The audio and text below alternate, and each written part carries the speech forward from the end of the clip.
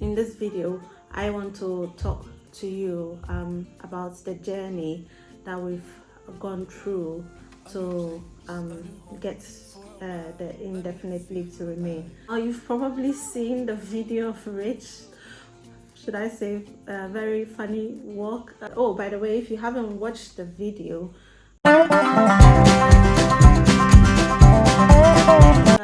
and it was just him really celebrating being given the indefinite leave to remain.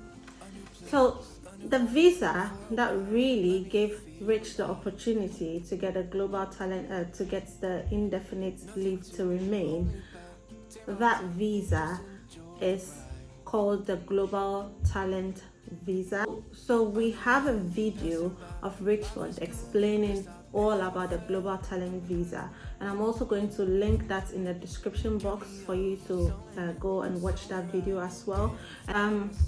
But let me tell you briefly about the Global Talent Visa. So the Global Talent Visa is, should I say, is one of the visas that can help you to get indefinite. But really, what is the big deal about getting indefinite leave to remain? That's a very interesting question, isn't it? I actually decided I'm going to test ChatGPT and put that question.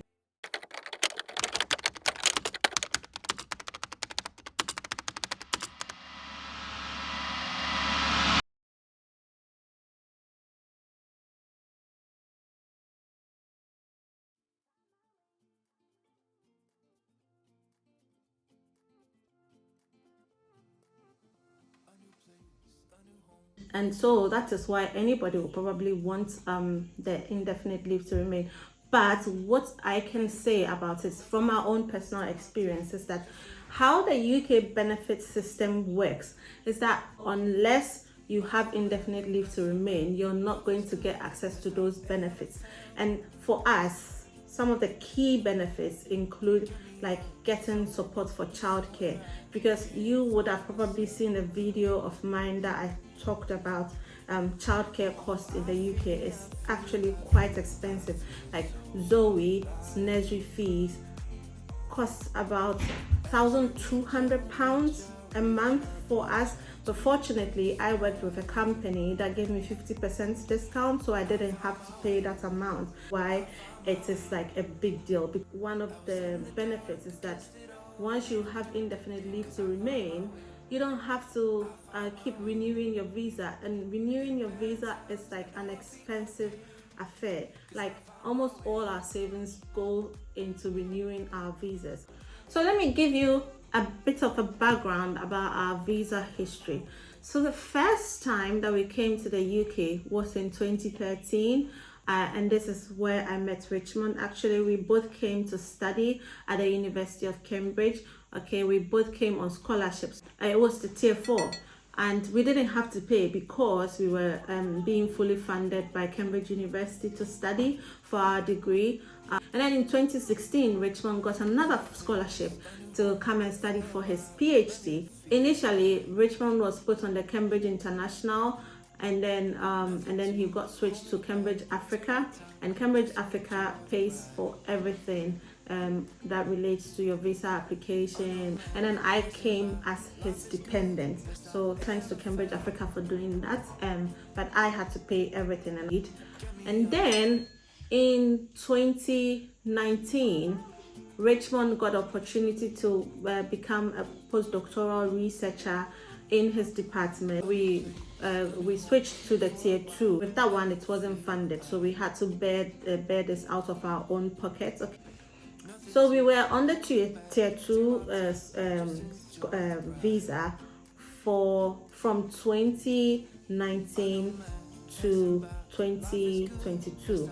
Because then we heard that the Global Talent Visa had been introduced, and we also found out that because we'd been on the tier 2, it's 3 years, right?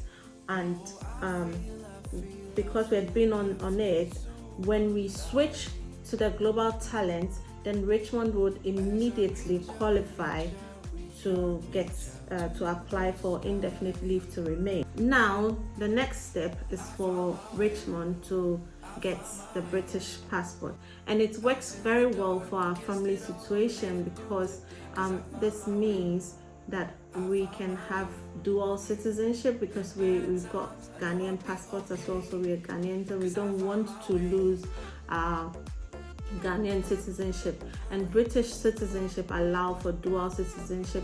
So in Zoe's case, because she was born here and Richmond has now got indefinite leave to remain, it's the rules imply that then she qualifies to get her British passport.